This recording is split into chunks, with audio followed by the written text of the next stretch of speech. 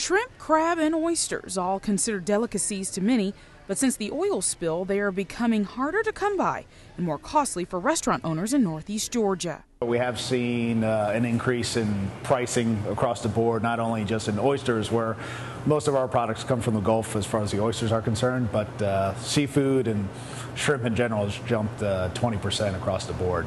Andy Osborne, co-owner of Nat's Landing in Athens, says he's been absorbing the skyrocketing cost, which has definitely had an effect on his bottom line, but that he won't be able to do it for much longer. And I think just with the oysters, eventually they're just not going to be able to be sold from the Gulf. So we'll just have to either decide to cut them off from the menu or just find product elsewhere.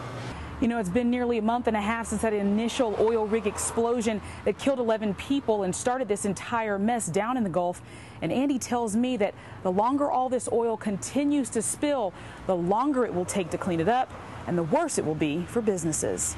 It really depends on how the oil affects the oyster beds. Because once it's in the beds, then it's not just like a year or two. That's 5 to 10 years as far as like getting good product out of those oysters. Andy says unfortunately the Gulf oysters are the best ones, along with other seafoods that the owners of Nat's Landing depend on for business. He tells me the bottom line is, in the coming weeks they will have to make a decision about going elsewhere for their product. In Athens, Laura Ashley Harris, WNEG News, Northeast Georgia.